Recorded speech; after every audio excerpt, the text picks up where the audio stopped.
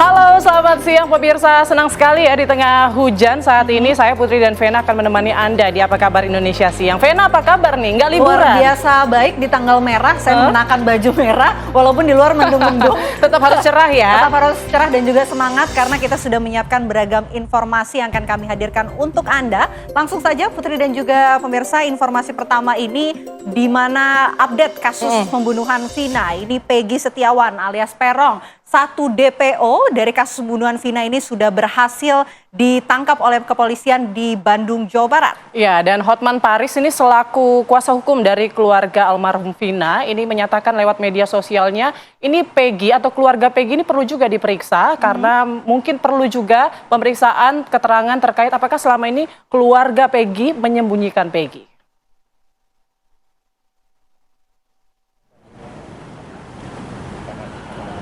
Penyidik Direktorat Reserse Kriminal Umum Polda Jawa Barat berhasil menangkap satu buron kasus pembunuhan Vina Dewi dan Eki di Cirebon pada 2016 silam.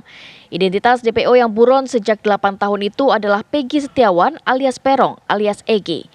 Peggy ditangkap kepolisian saat berada di Bandung, Jawa Barat. Peggy kini masih dalam pemeriksaan pihak kepolisian. Sementara Hotman Paris, kuasa hukum keluarga almarhum Vina, lewat akun media sosialnya menyatakan pihak keluarga Peggy perlu diperiksa polisi apakah selama ini mereka turut menyembunyikan Peggy. Terima kasih kepada Polda Jabar. Satu DPO sudah tertangkap oleh Polda Jabar. Baru 1 dari 3. Thanks. Semoga yang 2 lagi dapat. Yang 1 tertangkap ini, mohon semua keluarganya diperiksa apakah selama ini ikut atau terlibat obstruction of justice, menyembunyikan pelaku karena juga bisa jadi target pidana. Ya, keluarganya pun bisa dipidana kalau terbukti menyembunyikan si pelaku ini selama ini. 1 DPO pembunuhan Vina Cirebon sudah tertangkap.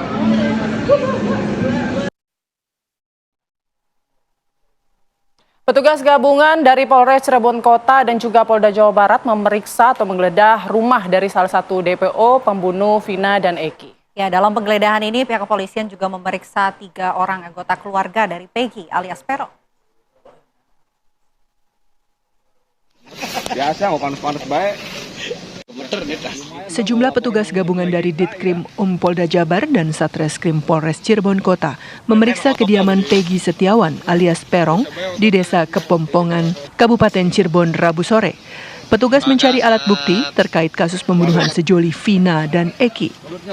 Petugas juga meminta keterangan dari orang rumah yang masih keluarga Peggy. Selama 3 jam, petugas melakukan penggeledahan maupun meminta keterangan 3 orang keluarga Peggy.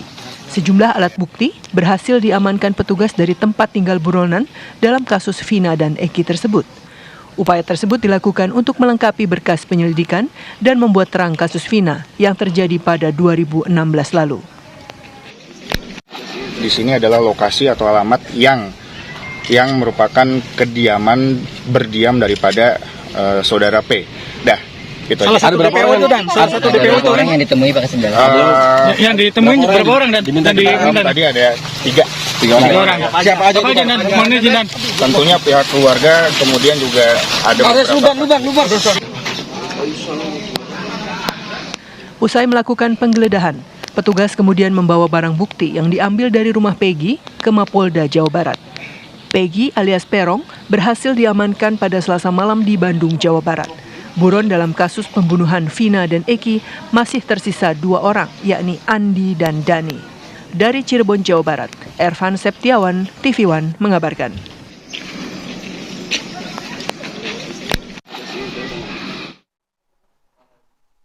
Kita beralih ke informasi lainnya, Putri dan juga pemirsa. Ini datang dari selebgram bernama Zoe Levana yang mendatangi kantor Satuan Lalu Lintas Jakarta Utara untuk kemudian memberikan klarifikasi berdasarkan video viral dirinya yang terjebak di jalur busway selama 4 jam. Ya, ia mengaku ia diminta untuk memviralkan video tersebut oleh sopir bus Transjakarta karena saat ini bus Transjakarta sepi pengunjung atau pengguna bus.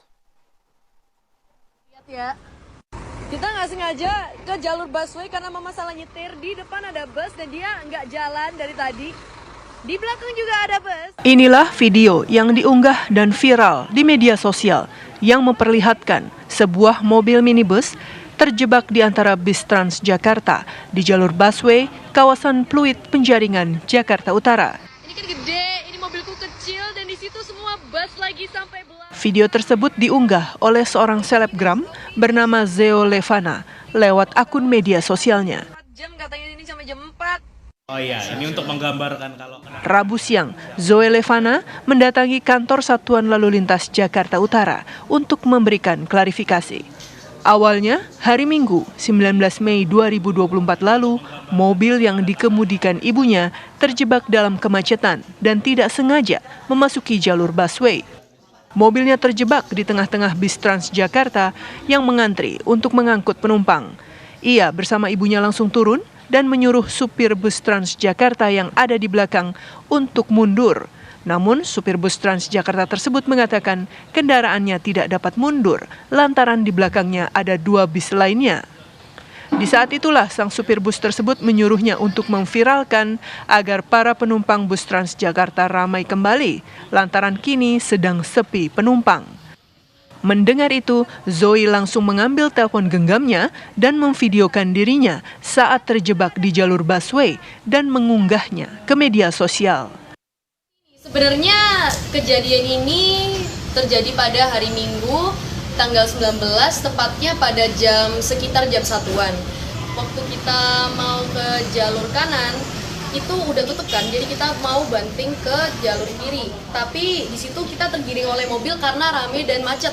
Akhirnya kita nggak sengaja masuk ke busway.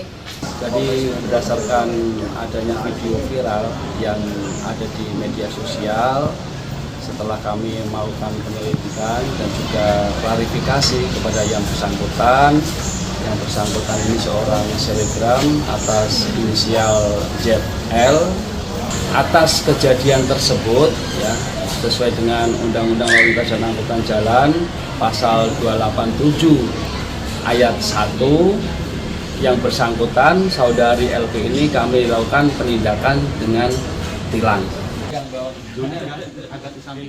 Pihak kepolisian memberikan sanksi tilang kepada pengendara mobil yang merupakan ibu dari Zoe Levana karena melanggar peraturan lalu lintas. Dari Jakarta, Dava Akbari, TV One mengabarkan.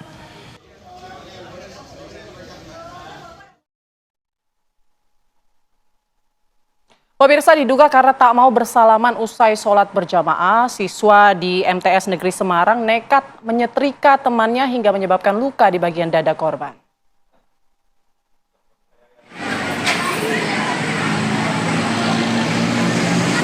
Seorang siswa MTS Negeri Semarang berinisial LD diduga menjadi korban penganiayaan oleh kakak kelas berinisial F. Korban mengalami luka bakar di bagian dada dan lengan akibat disetrika pelaku. Kejadian bermula saat korban dan terduga pelaku usai melakukan sholat Isya pada Senin 13 Mei 2024 lalu. Diduga tak mau bersalaman karena korban masih berdoa usai sholat, pelaku kesal. Sebelumnya, keduanya sempat terlibat saling ejek dengan memanggil nama orang tua. Setelah sholat, terduga pelaku mendatangi kamar korban di asrama. Korban yang sedang berganti baju dianiaya oleh terduga pelaku dengan menempelkan setrika panas di bagian dada dan lengan. Pelaku sempat melarang korban dan rekan sekamarnya untuk melaporkan kejadian tersebut. Dia belum selesai diajak berjabat tangan begitu. Nah, kemudian si korban karena dalam posisi masih sholat itu menolak. Nah, kejadian itu kemudian entah bagaimana berlanjut dalam waktu singkat, kurang lebih pukul 19.30 kurang lebihnya itu di kamar kemudian terjadi kejadian tersebut. Kasus ini masih dalam proses di unit PPA Polres Semarang. Ini kami dari Satreskrim Polres Semarang sedang melakukan pengumpulan alat bukti, baik itu dari saksi, kemudian barang bukti dalam hal ini setrika, dan juga apabila nanti 2 alat bukti sudah terpenuhi, tentunya untuk diduga pelaku akan segera kami amankan dan juga kami lakukan penangkapan. Dari Semarang, Jawa Tengah, Aditya Bayu, TV One mengabarkan.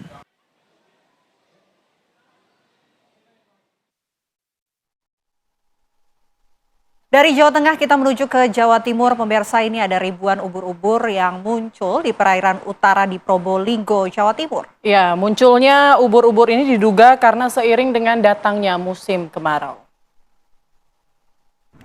Ubur-ubur hari ini muncul kembali banyak banget. Beginilah penampakan ribuan ubur-ubur yang memenuhi perairan utara Probolinggo, Jawa Timur. Fenomena ubur-ubur ini muncul dalam 3 hari terakhir. Ubur-ubur dalam jumlah besar biasanya rutin muncul setiap tahun. Umumnya terjadi pada bulan Oktober sampai dengan November. Namun kali ini sedikit berbeda. Ribuan ubur-ubur sudah muncul terlebih dahulu di bulan Mei.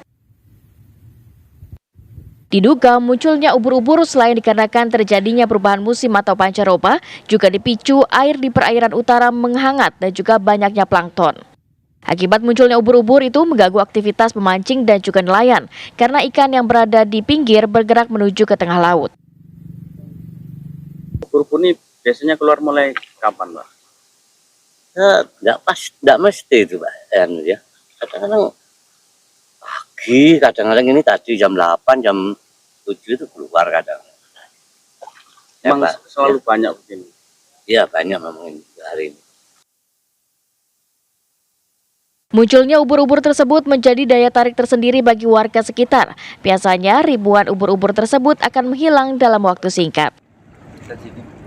Dari Probolinggo, Jawa Timur, Muhammad Syahwan, TV One mengabarkan.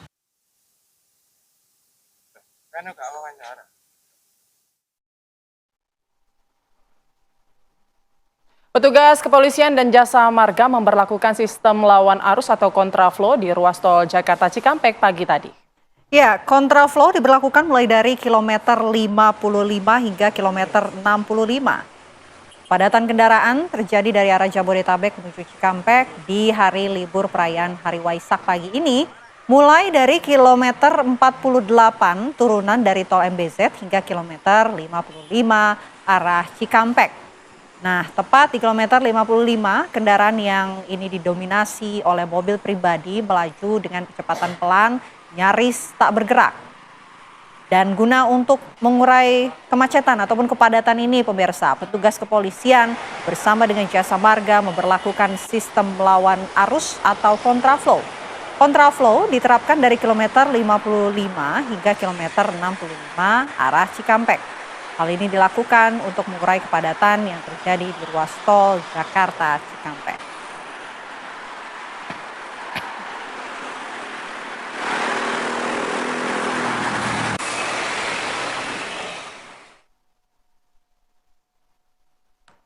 Ya, pemirsa, jelang perayaan Waisak tahun 2024, ini ada puluhan biksu yang menjalani prisesi Pindan Panta atau mengumpulkan sumbangan dari umat Buddha di pelataran Candi Mendut, Magelang, Jawa Tengah. Ya, umat Buddha percaya dengan memberikan sedekah nantinya mereka akan mendapatkan rezeki yang berlimpah di kemudian hari.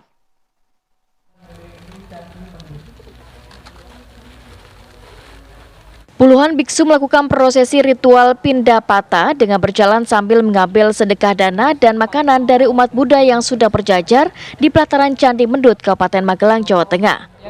Barang-barang yang berupa Prosesi Pindapata tersebut dilakukan dalam rangkaian perayaan Trisuci Waisak 2568 PE tahun 2024. Pada ritual Pindapata, umat Buddha memberikan derma berupa bahan makanan, obat-obatan hingga uang kepada para biksu. Kalau Pindapata ini kan artinya umat berdana kepada sangga. Nah, kita juga mengucap sangga sademi, maksudnya supaya kita berdana kepada para biku sangga. Tentu harapannya segala beban-beban hidup, segala keberuntungan juga bisa datang ke kita, beban-beban itu terlepas karena kita mensupport obat-obatan, makanan kepada para biku sangga. Mendapatkan pahala juga bagi para umat sesudah berdana, mereka akan senang, bahagia. Sedangkan otomatis mereka bisa mengkikiskan kemelekatan atau kekikiran terhadap barang yang dimilikinya. Bisa dana, pikiran lebih lega maka ini akan menjadi pahala di kemudian hari. Mereka akan lebih besar mengkorbankan pengorbanan berdana atau membantu orang lain lebih besar lagi. Dengan memberi sedekah secara ikhlas kepada para biksu, umat Buddha percaya akan mendatangkan berkah dan juga rezeki yang melimpah dari Tuhan di kemudian hari. Dari Magelang, Jawa Tengah, Edi Suryana, TV One mengabarkan.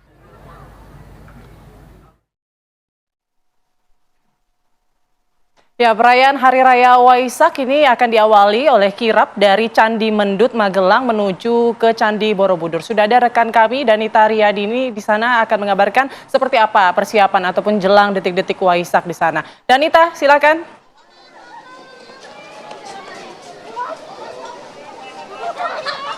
Putri, Vena dan juga pemirsa, betul sekali persiapan terus dilakukan menjelang kirap Waisak yang akan dilaksanakan sebentar lagi karena dijadwalkan pukul 14 umat Buddha dan juga para peserta kirap lain akan mengikuti kirap Waisak yang dimulai dari Candi Mendut menuju Candi Borobudur. Umat Buddha, para biksu dan juga peserta kirap lain akan berjalan kaki secara bersama-sama dari Candi Mendut ini pemirsa, dan saat ini biksu dan para biksu lain juga masih menggelar ritual doa di pelataran Candi Mendut di Magelang, Jawa Tengah. Kalau kita bisa informasikan di belakang kami ini juga sudah mulai nampak barisan umat Buddha yang akan mengikuti kirap Waisak yang juga sudah bersiap untuk di depan atau di belakang kami mengabarkan ini dan berjajar mulai dari para peserta kirap atau umat Buddha yang bawa bendera dan juga simbol-simbol Buddhis lainnya. Tadi kami juga memantau ada kendaraan hias yang juga sudah siap untuk mengikuti kirap Waisak yang juga akan membawa api dharma dan juga air suci yang akan dikirap dari Candi Mendut menuju ke Candi Borobudur. Api dharma dan juga air suci ini atau air berkah ini sebelumnya sudah disemayamkan di Candi Mendut. Sejumlah ritual juga sudah dilakukan oleh para biksu sebelum mengikuti puncak atau detik-detik Waisak yang akan berjalan atau akan berlangsung malam ini di pelataran Candi Borobudur sekitar pukul 20:52 waktu Indonesia bagian Barat nanti. Dan dijadwalkan juga pemirsa, Menteri Agama juga akan turut hadir dalam proses atau detik-detik perayaan Hari Raya Waisak pada malam nanti. Selain juga tentu ritual-ritual yang sudah dilakukan, nanti juga akan ada pradaksina sebelum nanti juga akan ada pelepasan lampion nih pemirsa yang ditunggu-tunggu umat Buddha dan juga para wisatawan. Dan kirap Waisak ini selain juga pelepasan lampion yang juga menjadi salah satu momen yang ditunggu-tunggu baik umat Buddha maupun wisatawan karena juga menarik wisatawan baik dari dalam maupun dari luar Indonesia pemirsa. Dan saat ini memang nampaknya sudah bersiap di pemirsa di belakang kami barisan-barisan umat Buddha yang ingin mengikuti kirap Waisak. Putri dan juga Vena. Baik, terima kasih Danita Riyadini melaporkan langsung dari Magelang, Jawa Tengah. Dan pemirsa, apa kabar Indonesia siang? Harus jeda terlebih dahulu. Kami akan kembali dengan menghadirkan informasi update terbaru kasus pembunuhan Vina sesaat lagi. Tetaplah bersama kami.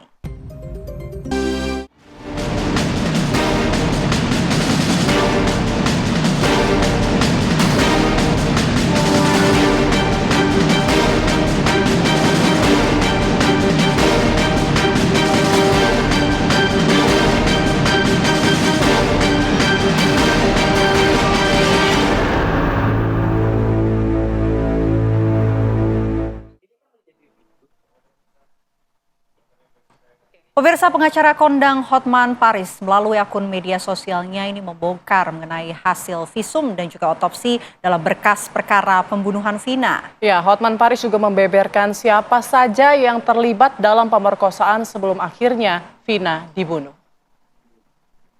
Hasil temuan tim Hotman 911, Vina, almarhumah Vina di Cirebon, yang memerkosa adalah Eko. Pada saat Eko memperkosa, almarhumah masih perawan. Ini menurut berkas perkara. Yang kedua memperkosa Suprianto. Yang ketiga Eka Sandi. Yang keempat Jaya alias Kliwon. Yang kelima Hadi Saputra. Sedangkan DPO yang juga ikut memperkosa menurut berkas adalah siapa ini? Peggy atau Perong dan juga Dani. Oke. Mengenai tuduhan orang bahwa ini adalah kecelakaan murni, inilah hasil otopsi. Hasil otopsi mengatakan bahwa di kemaluan korban ditemukan sperma dan berbagai luka di tubuhnya yang jelas-jelas bukan karena kecelakaan. Hal yang sangat menyedihkan juga adalah waktu saya ketemu bapaknya almarhumah, dia mengatakan bapak almarhumah ini kerjaan sebagai nelayan. Setiap melihat kepiting dia nangis. Karena apa? Putrinya ini suka kepiting, sedangkan ibunya almarhumah TKW di Malaysia. Dalam kesempatan ini, kalau memang sudah nggak ada lagi yang menolong mereka ini, mohon kepada klien saya Bapak Prabowo untuk menjamu mereka makan siang atau makan malam dengan menghidangkan kepiting. Kesukaan dari putrinya ini, kesukaan dari almarhumah. Bapaknya nangis menceritakan itu kepada Hotman. Ya pemirsa, setelah digeledah rumah salah satu DPO pembunuh Vina, ini hari ini pantauan dari rekan kami yang ada di lokasi, ini rumahnya tampak sepi, tidak ada aktivitas. Nah bagaimana kemudian pada siang hari ini, kita langsung sapa rekan kami, ada Ervan Septiawan dan juga sudah bergabung nanti ada pengacara dari almarhum Vina, pengacara dari keluarga korban. Selamat siang Ervan, seperti apa aktivitas di rumah salah satu DPO Peggy atau Perong? Baik Pak Vena dan pemirsa TV One, saat ini saya berada di Desa Kepompongan, Kecamatan Talun, Kabupaten Cirebon, di mana pada hari Rabu kemarin tim dari Polda Jawa Barat serta Polres Cirebon Kota melakukan penggeledahan rumah kediaman Peggy alias Perong yang ada di Desa Kepompongan, Kabupaten Cirebon, di mana kondisi pada siang hari ini situasi di sekitar rumah sangat sepi. Bahkan kabar terbaru bahwa sosok Peggy alias Perong di sekitar rumahnya itu jarang beraktivitas atau bertemu dengan para tetangganya. Selain itu juga dalam tadi pagi saya sempat melakukan penelusuran di sekitar area rumah kediaman Peggy ini. Ternyata tak jauh, sekitar 350 meter menuju ke lokasi di mana korban Vina bersama pacarnya itu dianiaya dan diperkosa. Bahkan jarak dari rumah Peggy menuju lokasi tersebut sekitar 350 meter. Baik, Vena. Ya Ervan, apakah kemudian Anda mendapatkan pernyataan begitu dari warga ataupun tetangga sekitar mengenai aktivitas sehari-hari, begitupun juga dengan profesi dari Peggy alias Perong ini, Ervan? Baik, menurut tadi pagi saya sempat berbincang salah satu warga sekitar yang ada di rumah Peggy ini bahwa sosok Peggy alias Perong ini kesehariannya itu berada di dalam rumah. Namun sebelum dilakukan penangkapan oleh pihak Polda Jawa Barat dan menurut warga sendiri bahwa Egy alias Perong ini pergi ke Bandung untuk menuju ke rumah ayahnya yang bekerja sebagai kuli bangunan di Bandung, Jawa Barat. Baik, Ervan, informasinya Peggy ini memang bekerja sebagai kuli atau hanya samaran? Ada informasi soal samarannya sebagai pekerja ataupun kuli bangunan ini? Baik, menurut warga sekitar area rumah Peggy bahwa Peggy alias Perong ini dalam kesehariannya itu mengikuti ayahnya di daerah Bandung. Bahkan menurut warga sekitar juga sejak diamankan oleh petugas Polda Jawa Barat, Peggy sebelumnya 5 hari yang lalu sempat pulang. Namun Peggy hanya sebentar di dalam rumah dan langsung pergi kembali untuk menuju ke arah Bandung, Jawa Barat. Hal tersebut untuk bertemu dengan ayahnya yang berprofesi sebagai buruh kuli bangunan yang ada di Bandung, Jawa Barat. Oke, Ervan, pada saat penggeledahan, apa saja kemudian barang bukti yang kemudian dilihat ataupun disampaikan oleh pihak kepolisian yang dibawa dan juga diamankan dari kediaman Peggy alias Perong ini? Baik, pada hari kemarin, hari Rabu, tepatnya pukul 1 hingga pukul 5 sore, petugas kepolisian dari Polda Jawa Barat serta Polres Cirebon Kota melakukan penggeledahan dan memeriksa 3 orang sanak saudara dari Peggy. Namun hingga saat ini awak media dari Cirebon belum mendapatkan pasti apa yang dibawa oleh pihak kepolisian Polda Jawa Barat. Namun terlintas bahwa ada usai pemeriksaan dan penggeledahan, petugas membawa sedikitnya 2 kantong dan 1 box yang berisi untuk sementara sejumlah barang bukti. Namun hal tersebut hingga saat ini petugas kepolisian dari Polda Jawa Barat maupun Polres Cirebon Kota belum memberikan statement apa yang dibawa oleh hasil dari penggeledahan yang terjadi pada Rabu kemarin. Oke, baik. Belum ada informasi terbaru apa saja barang bukti yang diamankan oleh petugas dari penggeledahan rumah Peggy alias Peron ini. Kita mungkin coba gali bersama dengan kuasa hukum dari keluarga korban almarhum Vina. Ini sudah bergabung bersama kami. Ada Mbak Putri Maya Rumanti bersama dengan kakak kandung dari Vina, Mbak Marliana. Selamat siang Mbak Marliana dan juga Mbak Putri. Selamat siang, selamat siang.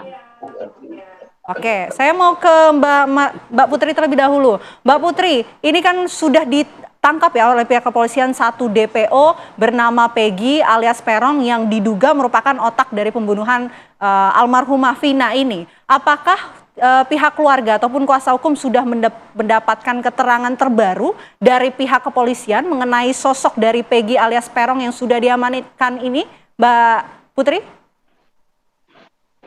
Iya Mbak, terima kasih Mbak. Jadi sampai hari ini baik kami ataupun pihak keluarga sama sekali belum mendapatkan update terbaru secara langsung dari kepolisian perihal penangkapan ya DPO atas nama Peggy alias Peron. Apakah benar itu pelakunya atau bukan? Sampai hari ini kami belum mendapatkan update secara langsung, Mbak. Baru mendapatkan info dari media-media saja. Baik, artinya belum yakin apakah Peggy ini atau Peron yang sudah ditangkap ini apakah memang benar salah satu DPO pembunuh dan juga pemerkosa dari almarhum Vina ya, Mbak? Iya, karena kan saat ini kepolisian sedang melakukan penyelidikan ya. Mungkin sedang mengambil keterangan dan mengumpulkan bukti-bukti. Apakah memang Peggy yang dimaksud adalah Peggy yang ditangkap saat ini. Jadi kita juga belum bisa memastikan Mbak gitu. Jadi kita masih menunggu kepolisian memproses dulu sampai benar-benar pasti baru nanti kita bisa berkomentar lebih lanjut. Oke. Mbak Marliana, ini kan foto dari sosok Peggy alias Peron ini sudah beredar di mana-mana ya, walaupun juga kita sebetulnya masih menunggu keterangan resmi dari pihak kepolisian. Tapi berdasarkan foto tersebut dari sosok Peggy alias Peron ini, apakah Mbak Marliana ini pernah melihat dan juga mengenal sosok ini? Tidak pernah mengenal dan tidak pernah mengenal dan tidak pernah melihat. Baik, tapi Mbak Marliana pernah mengetahui atau mendengar nama Peggy ini sebagai salah satu temannya almarhum mungkin, atau pernah tahu bahwa memang mereka adalah satu tongkrongan pada saat di lokasi, pernah tahu Pak? Seperti yang saya sampaikan sama wartawan yang sebelumnya juga, memang kalau untuk temannya almarhumah di luar sana itu saya kurang paham, kurang tahu. Oke. Bagaimana dengan 2 DPO lainnya bernama Andi dan juga Dani ini, Mbak Marliana? Apakah pernah mendengar atau mengenal 2 DPO ini? Sama Mbak, tidak pernah tahu dan tidak pernah mengenal. Saya hanya mengenal itu teman-teman rumah. Oke. Baik, Mbak Putri, kalau misalnya memang belum yakin, apakah ada upaya mungkin dari pihak Mbak Putri dan keluarga untuk memastikan ini jangan sampai salah tangkap lagi nih, seperti pengakuan terpidana lainnya begitu. Apa upaya yang mungkin akan ditempuh untuk membuktikan bahwa ini memang benar pelaku pembunuhannya? Jadi gini Mbak, bukan tidak yakin, tetapi kami ini belum mendapatkan update langsung perihal hasil pemeriksaan. Dan bukti-bukti yang ditunjukkan juga kan belum ada sampai ke kami. Jadi kami saat ini masih menunggu dulu hasil dari pemeriksaan kepolisian, apakah yang tertangkap ini benar adanya pelaku yang selama ini DPO selama 8 tahun. Jadi bukan tidak yakin, kami hanya menunggu dulu informasi dari kepolisian. Memang kita tahu sudah tertangkap katanya si Peggy. Namun kan saat ini kepolisian pun belum rilis fotonya kan, secara langsung kan belum. Ya kita jadi tunggu dulu gitu, jangan juga kita berasumsi nanti tidak yakin, tidak percaya, kan salah juga kita bicara begitu sementara pihak kepolisian sudah berjuang untuk menangkap, ya kan, udah capek-capek melakukan pencarian, tahu-tahu kita bilang nggak yakin. Jadi bukan tidak yakin, masih dalam tahapan penyelidikan, kami menunggu informasi selanjutnya dari kepolisian, begitu Mbak. Oke, Mbak Putri, tapi sampai saat ini belum ada rilis resmi dari pihak kepolisian, tentu menimbulkan banyak spekulasi dan juga simpang siur di luar sana. Mungkinkah dari pihak kuasa hukum keluarga juga menemukan adanya kejanggalan, mengingat data ataupun identitas yang dibagikan oleh pihak kepolisian atas 3 DPO termasuk Peggy ini, alamatnya ini ada di desa Banjarwangun begitu. Tapi ternyata posisi kediaman ataupun rumah dari Peggy alias Peron ini bukan seperti yang tercantum di alamat yang disebar melalui poster DPO ini. Apakah sudah akan didalami begitu mengenai data yang tidak sesuai ini, Mbak Putri? Iya, perihal data itu tadi Mbak, kami semenjak pegang menjadi kuasa hukumnya dari keluarga Vina, sampai hari ini kami belum juga diberi kesempatan untuk bertemu dengan pihak penyidik Polda Jabar. Nah, kami coba menghubungi itu untuk menanyakan dan apakah sesuai dengan alamat yang dimaksud. Nah, makanya kalau dibilang curiga dan lain sebagainya, kami belum bisa berkomentar, Mbak. Jadi kita lihat aja dulu lah prosesnya, kita ikuti dulu. Nanti kalau seandainya memang kepolisian sudah memberikan ruang untuk kami, ya pasti kami akan menyampaikan informasi terbaru. Baik, Mbak Putri, mungkin saya minta disampaikan kembali ya mungkin ya, karena sebelumnya kan Bang Hotman mengungkap ada fakta pembunuhan Vina. Mohon maaf sebelumnya, kita kembali membuka ini ya, ada fakta-fakta baru yang ditemukan dan dibeberkan. Salah satunya adalah korban ini diruda paksa 5 terpidana, termasuk Peggy dan Dani. Ada fakta lainnya mungkin yang selama ini belum dirilis oleh pihak kepolisian dan mungkin sudah dipegang oleh kuasa hukum maupun keluarga. Kalau fakta baru sih kami hanya membaca dari BAP. Justru di dalam BAP atas nama Peggy itu tidak melakukan pemerkosaan justru, ya, tidak melakukan pemerkosaan. Makanya ini simpang siur juga Mbak. Ini belum nggak tahu mana yang benar. Di BAP kan juga sudah dicabut tuh. Tapi kan yang atas keterangannya Peggy itu apakah berlaku juga atau tidak? Jadi kita belum bisa memutuskan lah. Ya, Mbak, mengenai pernyataan terakhir dari tim kuasa hukum keluarga almarhum Vina begitu. Ini sebelumnya mengatakan bahwa dalam BAP ini ada 4 DPO ya tadinya. Kemudian ada 1 DPO ini yang dihapus tanpa alasan yang jelas. Ini bagaimana Mbak? Mungkin bisa dijelaskan lebih lanjut mengenai 4 DPO yang sebelumnya tercantum, Mbak Putri? Ya, jadi saya mendapatkan informasi tersebut justru dari kuasa hukum terpidana yang menyampaikan bahwa seharusnya kalau memang ada DPO yang belum tertangkap itu harusnya ada 4 nama yang tertuang di dalam BAP. Itu atas nama Andika, Peggy, dan Dani.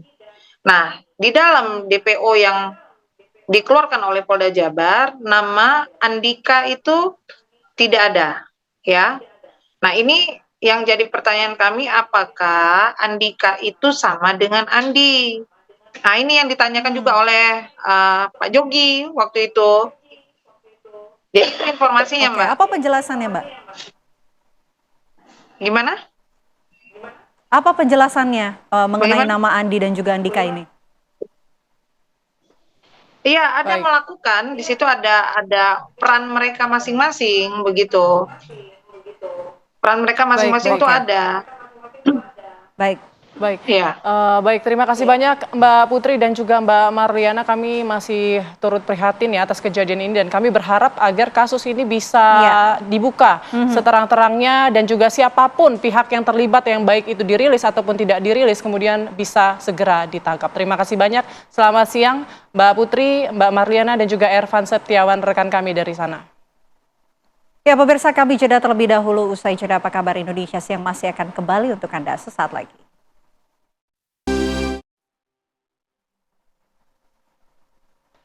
Pemirsa, aparat kepolisian dari Polres Cirebon dan juga Polda Jawa Barat menggeledah rumah Peggy Setiawan alias Perong yang merupakan tersangka pembunuh Vina dan Eki di Desa Kepompongan, Kabupaten Cirebon, Jawa Barat. Lalu bagaimana lokasi persembunyian selama 8 tahun buron dari Peggy alias Perong? Berikut laporan rekan kami Satya Graha Leo berikut ini. Nah, pemirsa, pihak kepolisian gabungan dari Polres dan Polda Jawa Barat telah melakukan penggeledahan terhadap rumah salah satu DPO yang sebelumnya telah ditangkap pada Selasa malam, yakni Peggy alias Perong. Dan saya akan menggambarkan kepada Anda bagaimana suasana tempat persembunyian yang merupakan juga tempat keluarga dari Peggy yang berada di kota Kabupaten Cirebon ini. Nah, dari jalan raya tadi saya jalan masuk ke dalam gang kurang lebih 200 meter. Nah, dari depan gang saya akan mencoba menuju ke rumah tempat Peggy tinggal di Kabupaten Cirebon ini. Inilah suasananya, melewati sesemakan pohon, bisa dibilang ini merupakan kebun warga begitu ya pemirsa. Cukup jauh dari ujung gang untuk menuju ke tempat rumah singgah Peggy di Kabupaten Cirebon ini. Inilah suasananya. Harus melewati suasana kebun yang penuh dengan perpohonan dan juga rumputan. Nanti kita akan melihat rumah Peggy yang juga tidak banyak rumah yang ada di situ. Hanya sekitar ada 3 rumah. Rumah itu sendiri merupakan rumah keluarga dari Peggy alias Perong.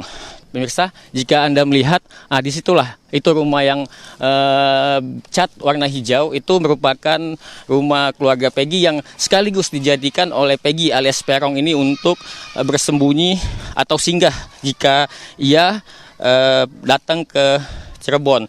Di mana memang Peggy sendiri aktivitasnya ini ada 2 lokasi pemirsa, yakni di Cirebon dan Bandung, di mana juga sebelumnya ia diamankan oleh pihak aparat kepolisian di Bandung. Nah, ini saya akan sedikit menggambarkan suasana rumah dari keluarga Peggy ini kepada Anda, di mana ini adalah jemuran yang memang tampak tradisional ya pemirsa, dan di depan kita ini adalah rumah Peggy. Bisa dibilang ini bangunannya cukup bangunan lama atau bangunan tua. Bincang kepada warga sekitar, hampir tidak pernah atau berinteraksi dengan Peggy alias Perong ini. Ini bisa disaksikan ya, memang rumah ini tampak terpencil, hanya ada sekitar 3 rumah. Kami ingin bertanya kepada tetangga yang ada di sebelah kiri dan sebelah kanan, namun saat ini memang kondisinya kosong. Sekian dari Cirebon, Jawa Barat, Leo Satyagraha, Andri Panca, TV One mengabarkan.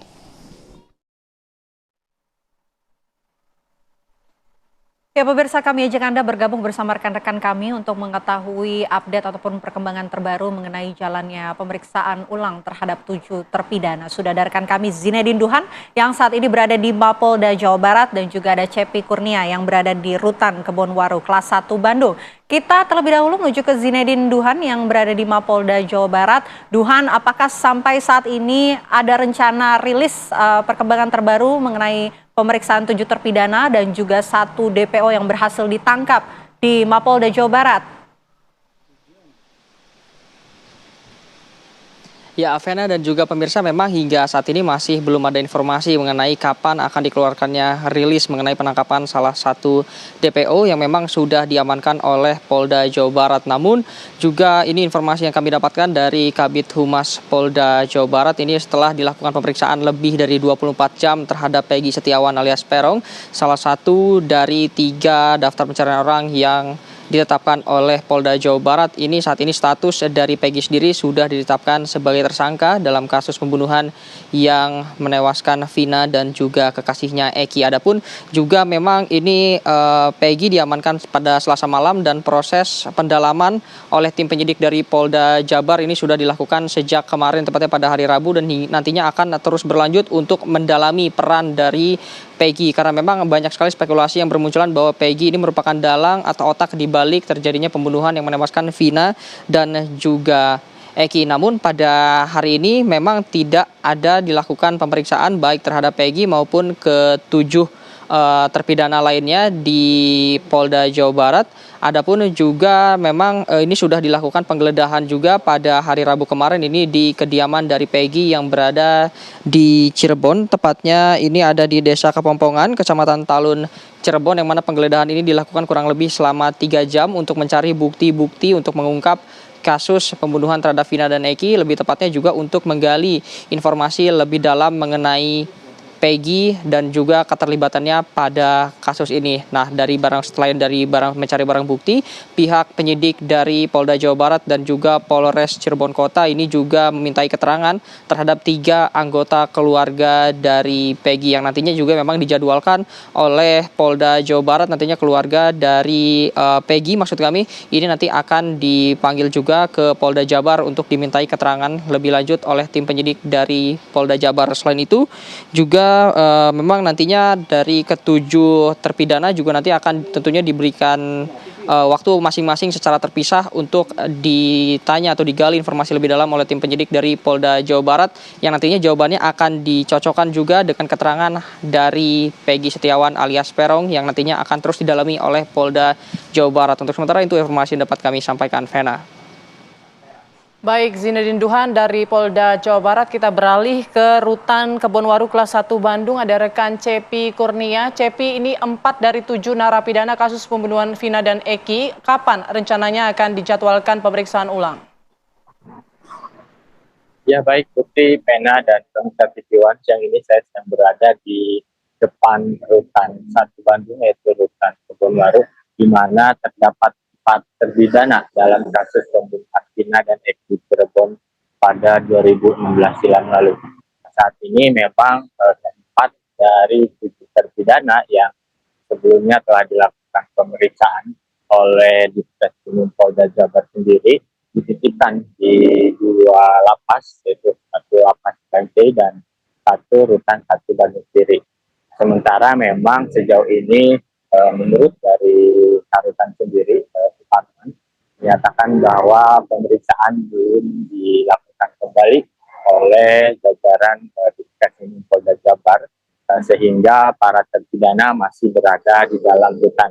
Nah, mekanisme untuk BEM sendiri, yaitu pengambilan dari titipan narapidana sendiri, memang itu harus bersurat terlebih dahulu kepada pihak rutan untuk penyelidikan, apakah penyelidikan dilakukan di dalam rutan ataupun nantinya di Mapolda sendiri. Memang saat ini untuk kunjungan sendiri memang mengingat ini hari libur, tidak ada aktivitas yang begitu berganti seperti pada hari kemarin sendiri, sehingga kunjungan ditiadakan untuk para terpidana sendiri. Memang sampai saat ini menurut Kepala Rutan sendiri, Suparman, belum bisa dijenguk atau dikunjungi oleh pihak keluarga maupun kuasa hukum tersendiri. Hal itu harus ada izin terlebih dahulu dari Polda Jabar sendiri. Baik, terpidana belum bisa dijenguk. Terima kasih banyak Cepi Kurnia atas laporan Anda dari Rutan Kebonwaru kelas 1 Bandung. Sebelumnya juga ada Zinedine Duhan dari Mapolda Jawa Barat. Ya. Pemirsa, selain viralnya atau mencuatnya kembali kasus pembunuhan Vina dan Eki, ada juga pembunuhan di Bogor, Jawa Barat dengan korban Noven yang terjadi pada 2019 silam. Hingga kini masih belum terungkap siapa pelaku pembunuhan tersebut. Informasinya akan kami hadirkan sesaat lagi.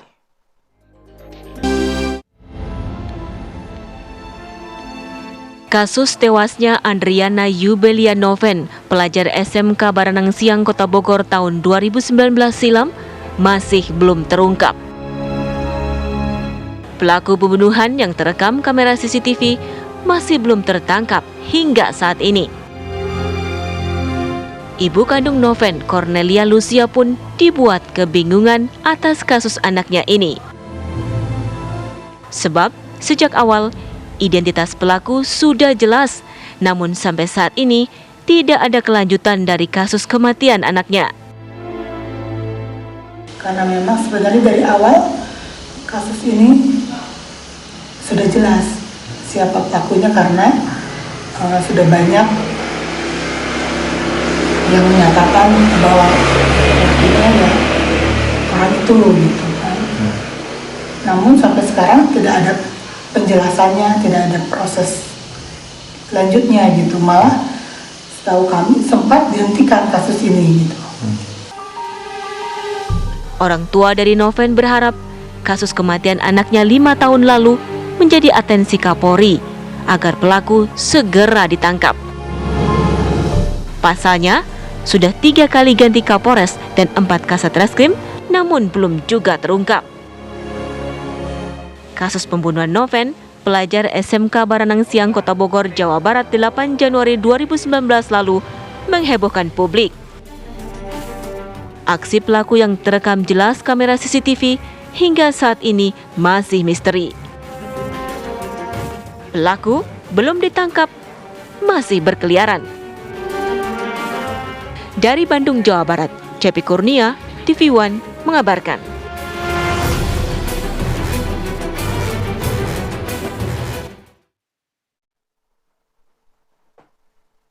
Andrian Yubelia Noven Cahaya atau Noven, pelajar SMK Bogor, tewas di sebuah gang sempit di Kota Bogor, Jawa Barat 5 tahun silam. Ya, hingga kini polisi belum menangkap maupun mengungkap kasus pembunuhan tersebut.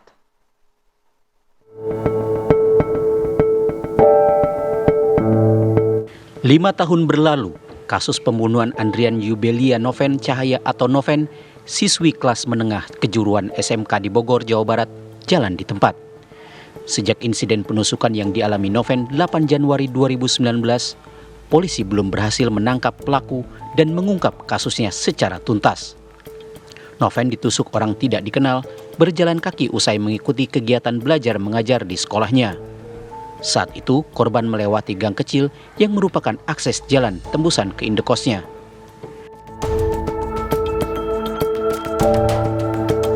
Reporter TV One Eko Hadi melakukan penelusuran lokasi pembunuhan Noven yang terjadi di jalan yang sempit.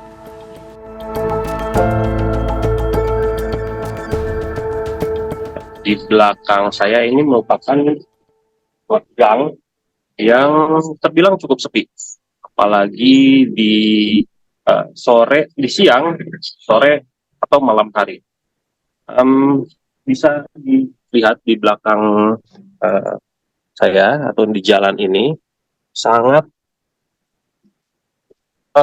minim sekali warga yang melintas, kemudian tidak ditemukannya lampu, hanya beberapa saja lampu penerangan. Baik, saya akan coba mengajak Anda untuk melihat seperti apa. Dan ini di sini kurang lebih posisi saat korban ditemukan ketika itu. Dan bisa Anda lihat juga di atas, ini hanya ada beberapa lampu penerangan dan sisanya tembok.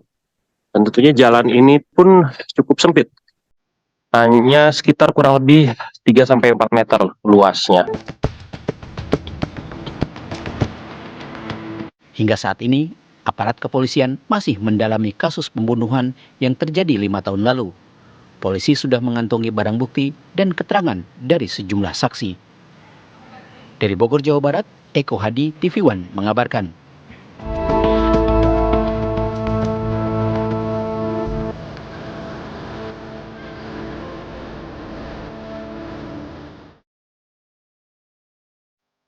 Ya, lalu bagaimana perkembangan kasus pembunuhan terhadap pelajar SMK Noven yang terjadi 2019 silam di Bogor, Jawa Barat? Kita sudah tersambung dengan ayah kandung Noven, Yohanes Bosco Wijanarko. Selamat siang, Pak Yohanes. Selamat siang, Mbak. Baik, Pak Ya, Yohanes, selamat kami siang, turut Mbak. prihatin atas apa yang menimpa keluarga Bapak. Boleh diceritakan, Pak, kapan kemudian kasus ini ditutup oleh pihak kepolisian dan apa alasan dari mereka? Dari awal kejadian sebenarnya sih itu kasus itu kami udah merasakan bahwa ini ada sesuatu yang saya duga memang tidak beres gitu. Dengan adanya beberapa statement-statement gitu ya, yang saya alami ataupun yang saya temukan juga, akhirnya sampai 5 tahun ini kasus ini kok semakin nggak jelas gitu perkembangannya, Pak. Kendala-kendalanya memang dari awal sampai saat ini memang polisi hanya mengatakan bahwa itu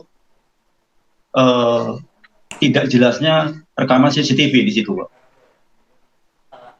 Tapi menurut saya sih apa yang sudah beredar di YouTube itu CCTV itu gambar itu sangat jelas merekam pelaku itu, Pak.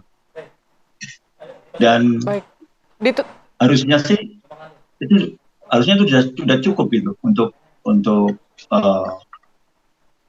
membuat untuk menjadi acuan ya di situ. Dan itu kan juga si saksi-saksi juga ada juga yang mengatakan bahwa si itu pelakunya gitu. Tapi kok sampai sudah 5 tahun ini ya juga terungkap atau begitu, Mbak.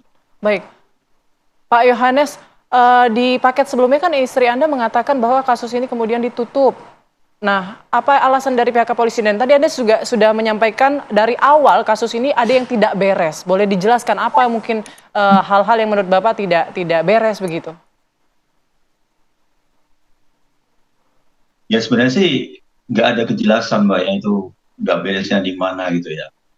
Cuman banyak sekali kejanggalan gitu.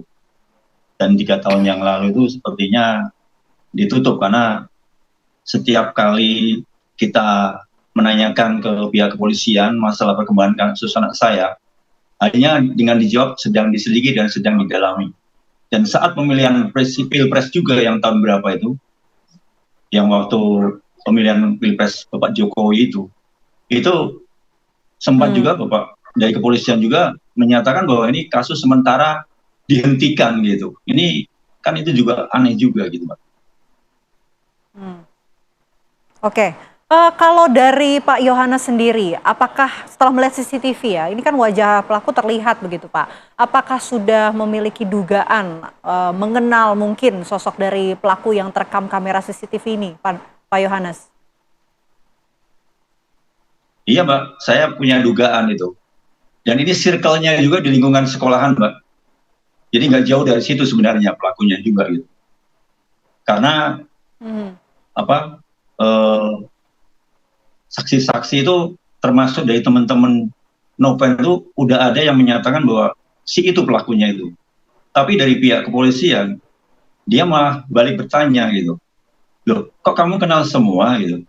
Berarti kamu bersekongkol ya gitu. Itu, Mbak. Jadi yang teman-temannya itu jadi pada takut gitu untuk mengungkap kebenaran kasus ini gitu, Mbak. Oh, oke. Motifnya apa, Pak, menurut Bapak? Kalau menurut saya sih nggak jauh, Mbak. Itu kasus asmara itu, Mbak. Jadi karena mungkin dari salah satu atau pihak yang tidak respon rasa cintanya ke anak saya, dari situ mungkin pemicunya, Mbak. Oke, tapi apakah mungkin Pak Yohanes dan juga keluarga pernah mendengar begitu dari almarhum Noven mengenai cerita ada rekannya yang mungkin menyukai dirinya begitu, ataupun mengenal sosok ataupun pelaku yang terekam kamera CCTV ini, Pak Yohanes? Ya memang ada itu, Mbak. Jadi sahabatnya Noven itu kan pernah mengatakan kepada Noven, saya tuh suka sama kakak kelas katanya. Kemudian si kakak kelas ini ternyata mendekati sahabat Noven ini hanya untuk memiliki nomor handphone dan juga bisa mendekati Noven itu, Mbak. Jadi karena dari situ Noven sudah tahu bahwa yang menyukai itu sahabatnya, jadi Noven itu mundur, Mbak. Oke. Jadi dugaan Bapak ini karena motif asmara ya Pak, dengan bukti-bukti yang ataupun cerita yang Bapak sampaikan tadi. Iya. Oke, lantas Pak Yohanes, atas dugaan yang dari pihak keluarga yakini begitu, apakah ini juga sudah disampaikan ke pihak kepolisian untuk kemudian mungkin bisa diproses lebih lanjut, Pak Yohanes? Kami sudah menyampaikan sejelas-jelasnya semua apa yang keterangan apa yang kami miliki gitu, Mbak, kepada pihak kepolisian. Tapi sepertinya tidak direspon kayaknya gitu. Oke. Jadi selalu ada Pak Yohanes, istilahnya ya sepertinya kayaknya menduga kayak ada penggiringan gitu, penggiringan opini gitu, Mbak. Jadi yang tadinya saya menduga si A, itu digiring opini kami itu ke yang si B atau si C, seperti itu, Mbak. Tapi kan CCTV-nya sebenarnya sudah cukup jelas ya Pak, menunjukkan wajah dari pelaku dan identitasnya sudah cukup jelas. Ya, betul sekali, Mbak. Itu seharusnya menjadi hal yang mudah ya, walaupun saya sendiri orang awam bukan aparat penegak hukum ya. Karena CCTV jelas merekam pelaku. Itu bukti-bukti jelas ya. Pisau barik masih menancap di dada kiri anak saya. Handphone, laptop masih ada di kantor polisi sampai saat ini ya.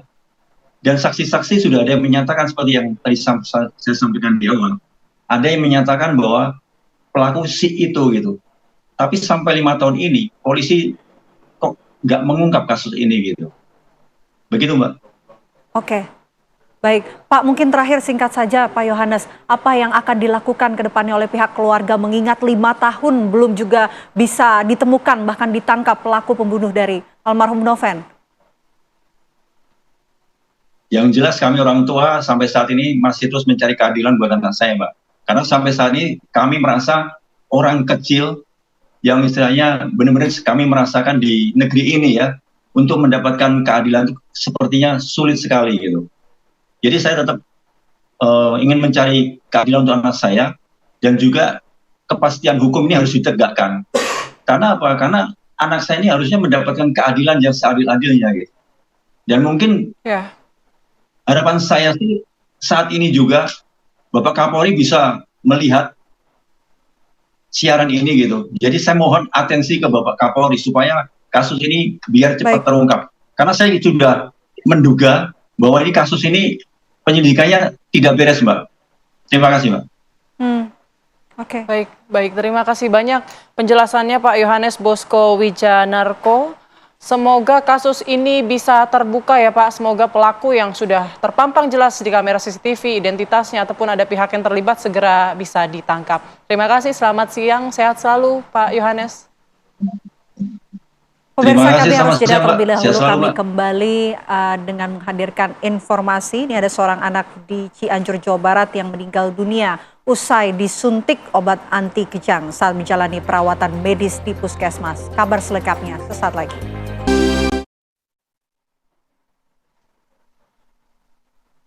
Pemirsa, satu oknum dokter yang diduga melecehkan istri dari pasien di Rumah Sakit Banyuasin, Sumatera Selatan ditahan di Ditkrimum Polda Sumatera Selatan.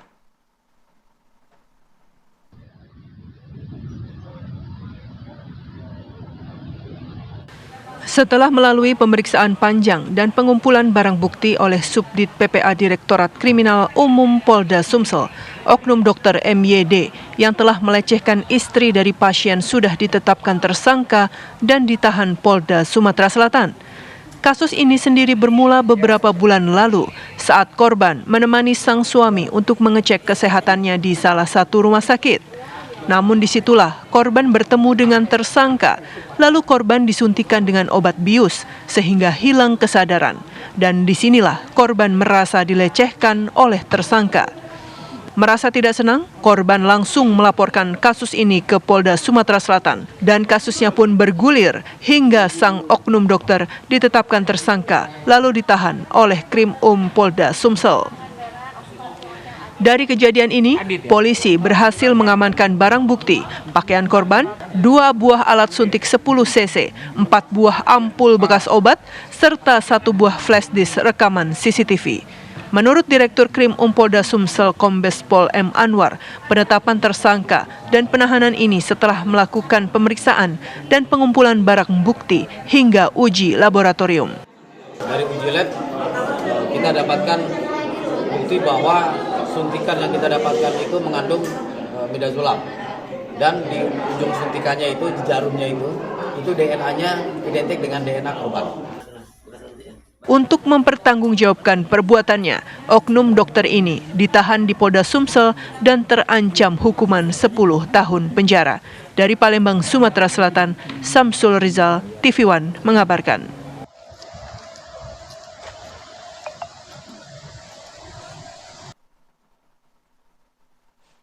Dari Sumatera Selatan kita menuju ke Cianjur, Jawa Barat. Pemirsa, ini ada seorang anak di Cianjur, Jawa Barat yang meninggal dunia usai disuntik obat anti kejang pada saat menjalani perawatan medis di puskesmas. Ya, keluarga korban yang menduga kematian sang anak tidak wajar kemudian melaporkan hal tersebut ke pihak kepolisian.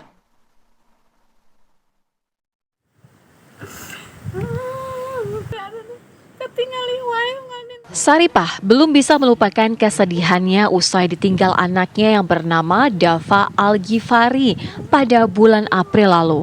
Ia selalu menangis saat berziarah ke makam anaknya. Kematian Dava dirasa tak wajar oleh pihak keluarga. Sebelum meninggal dunia, bocah berusia 10 tahun itu sempat dirawat di Puskesmas Sindang Barang, Cianjur. Menurut ibu korban, kondisi anaknya sempat membaik usai dirawat sehingga ia meminta izin untuk pulang dan dirawat di rumah. Sebelum pulang, pihak puskesmas memberikan antibiotik lewat infus. Namun setelah itu kondisi Dava justru memburuk dan kejang-kejang. Pihak puskesmas kemudian menyuntik Dava dan tak lama setelah itu anaknya tak sadarkan diri hingga tubuhnya membiru. Ditinggal. Akhirnya disuntik lagi tuh sama perawat ibu-ibu, disuntik. Mungkin ada 5 menit setelah disuntik langsung biru, Pak. Kejang badannya, Bu? Enggak kejang, karena tadi udah koma, udah lemes dapat suntikan itu. Lagi kejang disuntik kan lemes langsung koma, nggak inget apa-apa itu anak. Disuntik lagi terakhir, langsung biru, meninggal itu dokter. Itu sempat berapa jam di puskesmas? Pokoknya saya masuk jam 5 sore, jam 10-an aku meninggal. Sementara itu, Dinas Kesehatan Cianjur membantah adanya dugaan malpraktik kepada korban. Menurut Dinkes, pihaknya sudah menangani korban sesuai dengan prosedur. Ketika anak ada kejadian kejang saat itu, kita wajib untuk memasukkan obat anti kejang, ya. Memasukkan obat anti kejang untuk menangani kejangnya sambil mengatur cairan tubuh anak tersebut, ya, agar bisa terjaga stabilitasnya. Ya. Meski pihak puskesmas sudah menjelaskan prosedur pelayanan medis saat merawat pasien, namun keluarga korban tetap menempuh jalur hukum untuk mengungkap meninggalnya korban yang dianggap tidak wajar. Dari Cianjur, Jawa Barat, Heron Syah, TV One mengabarkan.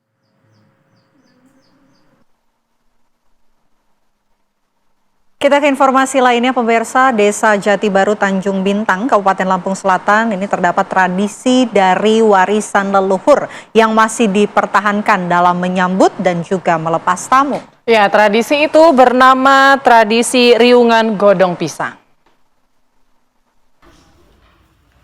Nanti ditonton orang malam.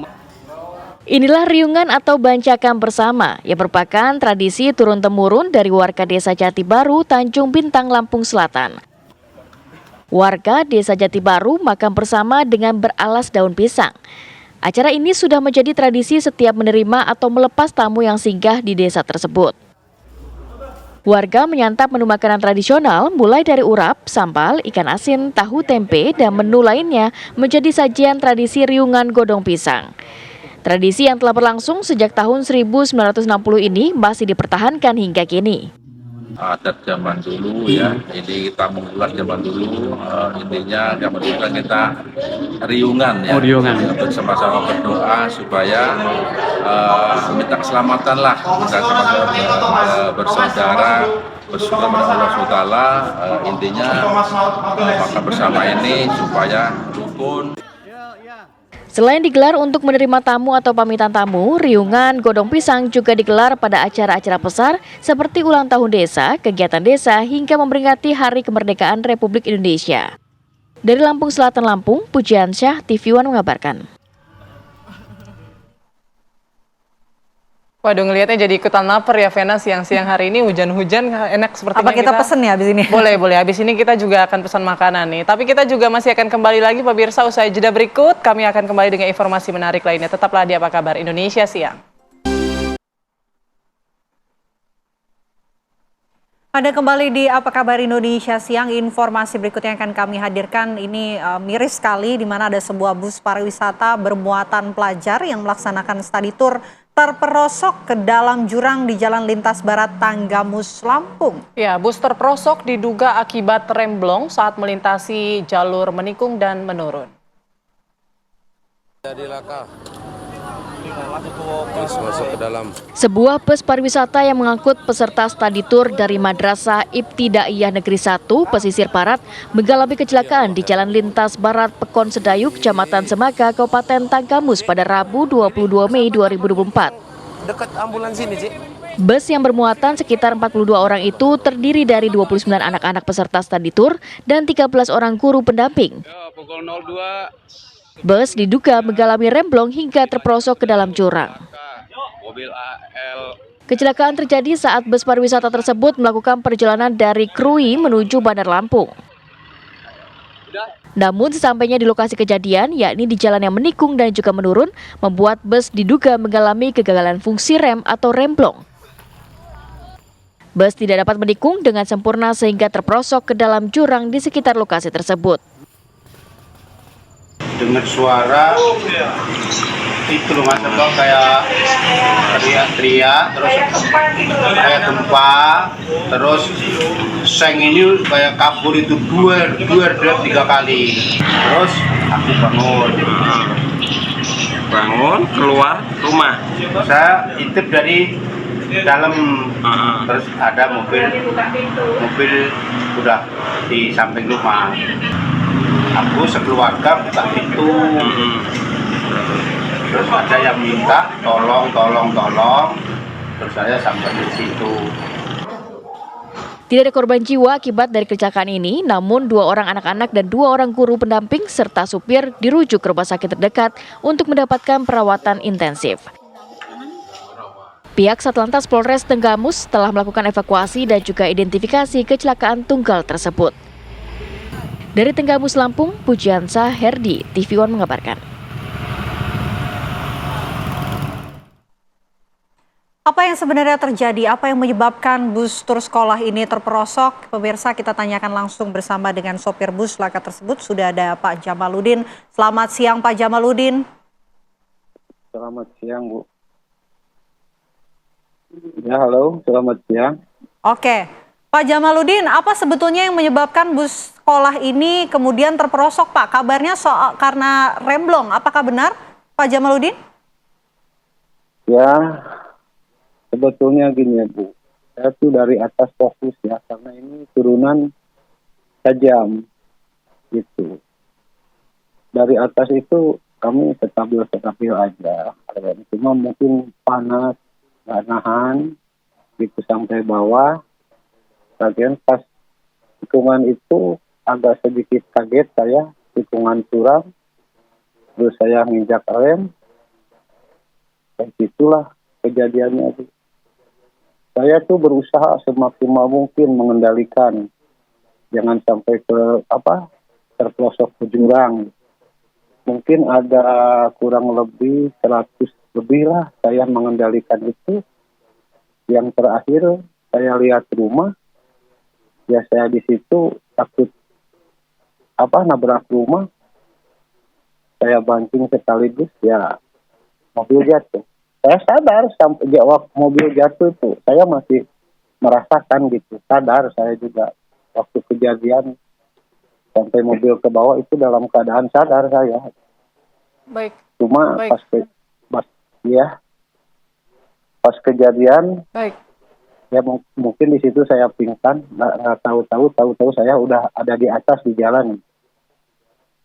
Itu Bu. Oke, Pak Jamaluddin, ini Iya. kan tadi ceritanya dari atas ya Pak, kemudian jalan menurun. Nah, di awal itu Iya. remnya sempat berfungsi tidak? Sampai akhirnya kemudian Ya, sudah tidak bisa tertahan lagi dan ada jalan menikung dan akhirnya terperosok. Ya dari atas tuh berfungsi. Kalau kami mungkin yang dibilang rem nggak berfungsi, mungkin dari atas kami udah ini. Ini yang dibilang tanjak tikungan curamnya udah lewat. Oke. Oke, sempat berfungsi ya Iya. Pak di awal, lalu kemudian di Iya. tengah-tengahnya mungkin remnya kemudian tidak berfungsi lagi begitu ya? Iya. Oke, Pak Jamaluddin, apakah sebelumnya sudah dilakukan pengecekan kendaraan bus terlebih dahulu Pak sebelum berangkat membawa siswa dari sekolah ini, Pak Jamaluddin? Pengecekan Bu, saya selalu pengecekan tiap mau berangkat, saya selalu cek. Kami kan Apa hasilnya Pak? Adakah kendala-kendala dalam pengecekan kendaraan? nggak ada Bu, stabil semua. Oke. Baik, menurut Pak Jamaluddin penyebabnya apa Pak? Ya, penyebabnya mungkin panas gitu Bu. Karena pudunannya Panas. terlalu panjang gitu, jadi nggak Oke, kalau panas kurang berarti ada stabil. komponen lain ya Pak? Iya, Yang mungkin iya, iya. dalam kondisi tidak baik begitu ya kendaraannya? Iya. Seperti iya. radiator, pengecekan juga atau seperti apa? Selain mungkin rem? Semuanya saya cek, mulai dari rem, radiator, oli saya cek semua. Gitu. Tiap pemberangkatan saya tuh untuk Pak, kalau untuk izin angkut dan dokumen-dokumen perjalanan dari bus ini, seperti apa Pak Jamal? kalau surat-surat itu ya Bu, surat-surat saya lengkap, jalan semua Bu. Semua lengkap ya Pak ya? Lengkap. Boleh terakhir Surat-surat Pak masih- informasikan ke kita untuk siswa atau penumpang lainnya bagaimana kondisinya Pak? Kalau siswa semuanya udah pulang dari rumah sakit Bu, tinggal saya sendiri yang belum pulang. Bisa Oke. disebut yang Kalau paling kondisi parah Pak saya. Jamal, kondisi Pak Jamal sendiri saat itu dalam kondisi fit kah atau sedang mengantuk saat itu? Saya lagi kondisi ini Bu, fokus bawa mobil, lagi fit. Lagi fit, oke. Ah, Apakah ada iya. pemeriksaan dari pihak kepolisian setelah ini, Pak? Ada Bu. Ada dari Baik, kemarin udah terima ada. kasih banyak Pak Iya. Jamaluddin. Semoga kembali sehat. Terima kasih banyak Pak atas Amin, waktunya di amin. Apa Kabar Indonesia Siang. Iya. Selamat siang. Ya, kembali. Baik. Ya, pemirsa dan juga Vena, ini di libur Hari Raya Waisak dan juga libur panjang ini tidak hanya dimanfaatkan oleh umat Buddha ya untuk merayakan Waisak, tapi juga warga yang berlibur di sejumlah daerah. Kita akan hadirkan informasinya usai jeda berikut. Kami akan kembali.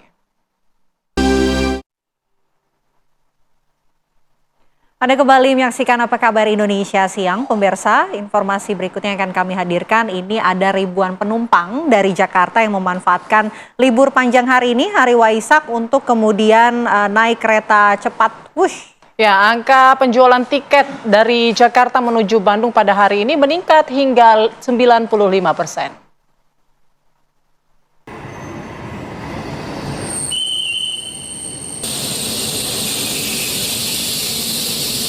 Ribuan penumpang kereta cepat Wush dari stasiun Halim Jakarta pagi ini tiba di stasiun Padalarang, Kabupaten Bandung Barat.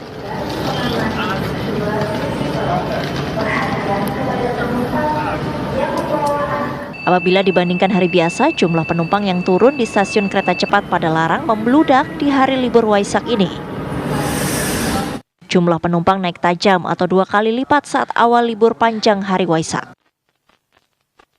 Hingga pukul 8 pagi, jumlah penumpang kereta cepat mencapai 2.000 orang. Tujuan Mek? Ke Bandung. Dalam rangka apa nih, liburan atau? Liburan. Mbak, kenapa memilih kereta cepat ini? Karena menghemat waktu ya. Sudah sering mempergunakan kereta cepat ini? Sudah beberapa kali. Setiap harinya, Wus menyediakan 48 kali perjalanan pada masa libur panjang ini. Dari Kabupaten Bandung Barat, Jawa Barat, Endra Kusuma, TV One mengabarkan.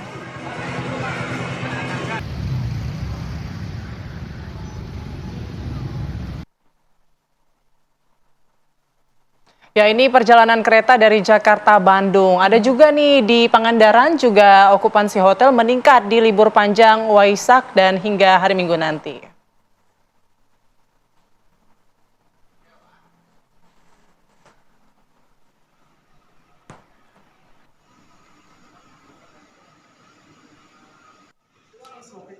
Ya, beginilah situasi di salah satu hotel yang ada di Pangandaran, Jawa Barat. Tampak terlihat ya di lahan parkir dipenuhi oleh kendaraan roda 4 maupun juga roda 2. Ya. Dan ada peningkatan jumlah pengunjung hingga 60%. Sampai 60% ya. Betul sekali. Di mana ini dipadati oleh para masyarakat, pengunjung yang juga ternyata memanfaatkan hari libur Waisak ini untuk berwisata di kawasan Pantai Pangandaran, Jawa Barat. Ramai sekali ya, berbeda dengan hari-hari biasa, ternyata banyak yang memanfaatkan hari libur ini, terutama wisatawan-wisatawan yang ternyata mayoritas ini datang dari Jabodetabek ya. Berbeda dengan kondisi kita yang saat ini ya, Vena, yang harus bekerja dan memberikan informasi kepada pemirsa yang ada di rumah.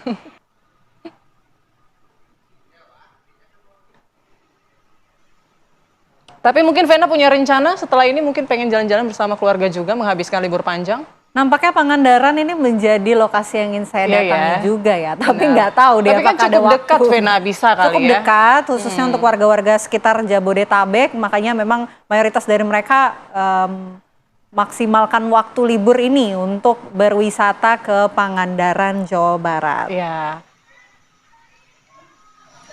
Selain dari Pangandaran, juga banyak ternyata orang-orang yang berkunjung ke pameran mobil yang ada di Bali.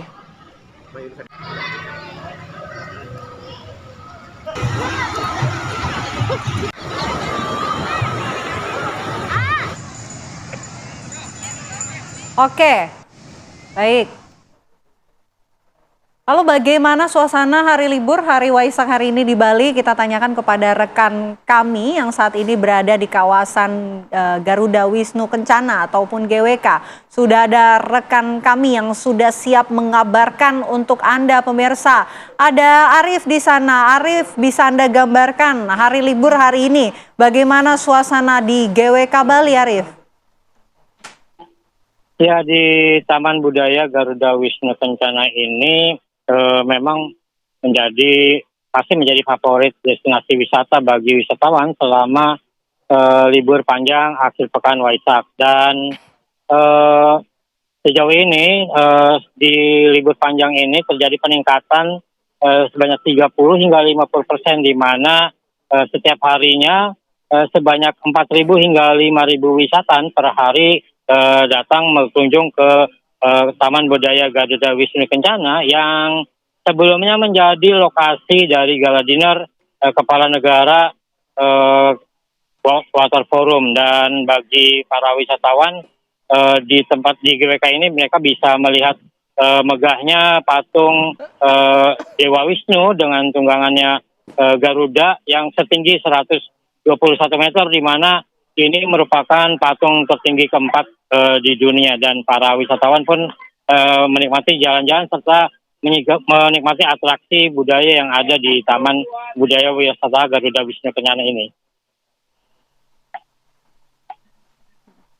Baik, ternyata luar biasa ramai ya di Bali ya. di hari Waisak, hari Ya, libur ini kayaknya berita kita liburan terus ya. Ini kayaknya Liburan terus, mengingatkan kan kita tanggal merah untuk ini. liburan juga atau gimana nih ya, Vena? Apakah habis ini kita bisa menyiapkan waktu untuk langsung menuju ke GWK Bali? Bisa kalau saya, Venanya yang nggak bisa. Oke, Aris, di sana nampaknya ramai begitu ya, mayoritas dari para wisatawan yang kemudian berkunjung ke GWK. Apa kemudian wisata yang paling diminati atau menjadi favorit dari warga yang datang ke sana, Aris? Ya, di GWK ini para pengunjung bisa menikmati suasana karena kebebasan Garuda Kencana ini berada di ketinggian dan mereka bisa melihat pemandangan di kawasan melihat pemandangan danau melihat pemandangan pantai benua dan pelabuhannya, serta seperti dilihat di belakang saya ini semakin sore semakin ramai wisatawan karena di kala sore hari ini juga pengelola Garuda Wisata menyuguhkan berbagai atraksi budaya termasuk tari kecak di saat sore hari di Lotus Pond, di mana di Lotus Pond para pengunjung juga bisa menikmati pemandangan dari tebing-tebing kapur yang kolosal dan membuat para wisatawan menikmati suasana yang ada di sini. Dan tidak hanya di GWK juga para wisatawan yang berkunjung ke Bali ini juga mengunjungi berbagai objek wisata yang belakangan viral seperti di Pulau Nusa Penida, di mana para pengunjung biasanya pagi-pagi sudah mulai memadati pelabuhan untuk mengunjungi berbagai objek wisata di Pulau Nusa Penida. Demikian. Baik, baik, terima kasih informasinya, Aris. Lalu bagaimana dengan arus lalu lintas? Apakah juga tampak kepadatan pada libur panjang akhir pekan kali ini? Ya, libur panjang akhir pekan ini memang berbarengan dengan pengamanan World Water Forum, dan Polda Bali juga melakukan operasi imbangan di mana selain melakukan pengamanan World Water Forum, polisi Polda Bali juga mengerahkan personilnya untuk mengatur lalu lintas agar kedua arus, baik itu kendaraan wisatawan maupun kendaraan para delegasi ini tidak saling bertabrakan dan menimbulkan kemacetan. Dan selain itu juga pengamanan juga dilakukan di pintu masuk pelabuhan di Banyuwangi, di Ketapang, terutama untuk mengatasi kemacetan yang terjadi kendaraan dari Pulau Jawa menuju Bali di saat libur panjang akhir pekan ini. Baik. Terima kasih banyak Aris melaporkan langsung dari GWK Bali. Tentu tidak hanya karena warga yang hari ini hari libur kemudian langsung menuju ke Bali, tapi juga ada wisatawan mancanegara ya.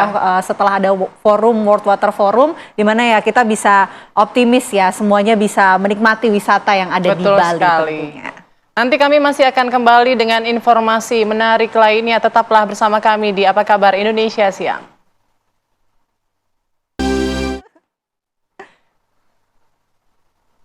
Ya, pemirsa, menjelang perayaan Puncak Waisak yang akan digelar pada Kamis malam, pengelola Taman Wisata Candi Borobudur ini membatasi jam kunjungan bagi para wisatawan.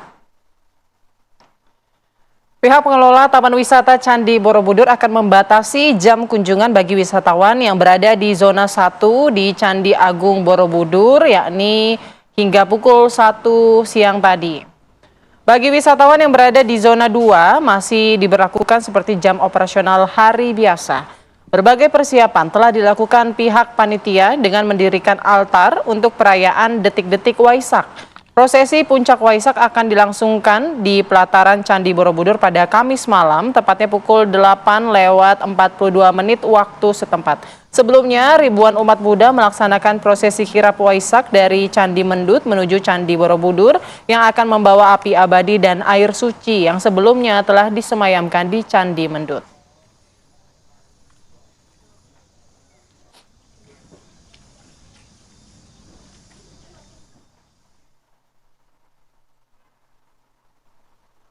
Ya, kita kembali menyapa rekan Danita Riyadini. Danita, apakah prosesi kirap ini sudah tiba di Candi Borobudur dan seperti apa kemungkinan rangkaian acara selanjutnya?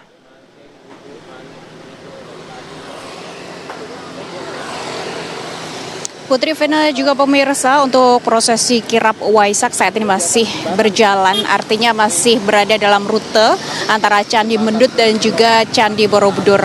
Dan tadi prosesi kirap dimajukan atau berjalan dimulai lebih awal 15 menit dari yang sebelumnya dijadwalkan pada pukul 14 waktu Indonesia bagian Barat. Dan baru saja juga pemirsa, barisan terakhir dari kirap Waisak juga sudah melewati tempat kami melaporkan saat ini, dan juga arus lalu lintas juga saat ini sudah dibuka. Untuk Waisak atau kirap Waisak ini sendiri tadi diikuti lebih dari 33 barisan, dan setibanya nanti di Candi Borobudur kurang lebih sore hari nanti akan dimulai dengan puja atau doa di altar utama di Candi Borobudur. Kemudian pada pukul 17 waktu Indonesia bagian Barat nanti akan dimulai dengan lilin yang dinyalakan dan juga ada penyalaan dupa, kemudian dilanjutkan dengan serangkaian acara menuju detik-detik Waisak yang akan berlangsung pada malam nanti sekitar pukul 20:52 waktu Indonesia bagian Barat. Dan nanti juga akan ada pradaksina yang akan dilakukan oleh umat Buddha yang sudah tiba di Candi Borobudur. Kemudian ada meditasi dan ada juga sambutan-sambutan dari pihak panitia, umat Buddha hingga Menteri Agama. Nanti juga akan berlangsung serangkaian acara di Candi Borobudur menuju detik-detik Waisak, dan juga sesudah dari detik-detik Waisak juga akan ada pelepasan lampion yang akan berlangsung selama 2 sesi, pukul 19 hingga pukul 21 dan pukul 21.30 hingga pukul 22.30, yang juga akan diikuti oleh umat Buddha dan seluruh peserta yang hadir dan ikut dalam serangkaian prosesi detik-detik Waisak malam tadi. Tadi prosesi kirap, kalau kita bisa flashback sedikit, berjalan dengan khidmat. Rangkaian dari para peserta kirap juga berjalan dengan lancar, diikuti oleh peserta lain ataupun para biksu, dan juga tentu saja kirap Waisak ini menarik perhatian warga dan juga wisatawan karena memang setiap tahunnya kirap Waisak dan juga pelepasan lampion ini merupakan momen dalam perayaan Hari Raya Waisak yang juga dinanti-nanti tidak hanya umat Buddha namun masyarakat yang hadir dan berkunjung di kawasan Magelang di Jawa Tengah ini, pemirsa. Putri dan juga Vena. Baik. Danita, mengenai untuk puncak acara Hari Raya Waisak malam nanti, persiapan pengamanan yang sudah disediakan di sana seperti apa?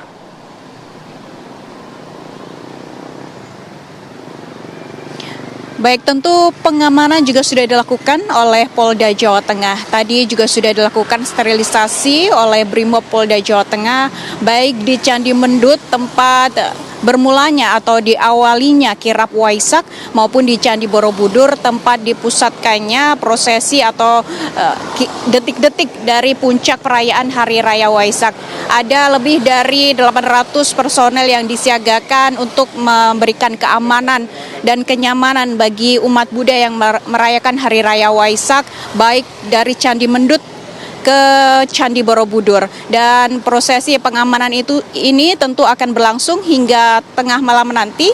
Prosesi detik-detik Waisak dan juga pelepasan lampion yang merupakan puncak perayaan Hari Raya Waisak hari ini atau malam nanti, Vena. Baik, terima kasih informasinya Danita Riyadini dari Magelang, Jawa Tengah. Ya, prosesi kirap sudah berlangsung, nanti malam puncaknya ini akan dinanti-nantikan ya, banyak disaksikan juga oleh masyarakat dan juga warga sekitar. Wisatawan. Ya, informasi tadi sekaligus menutup perjumpaan kita di Apa Kabar Indonesia siang hari ini. Sesaat lagi pemirsa Anda dapat menyaksikan program TV One lainnya, Kabar Pemilu. Saya Vena Kintan. Dan saya Putri Widasari pamit undur diri. Terima kasih atas kebersamaan Anda. Sampai jumpa.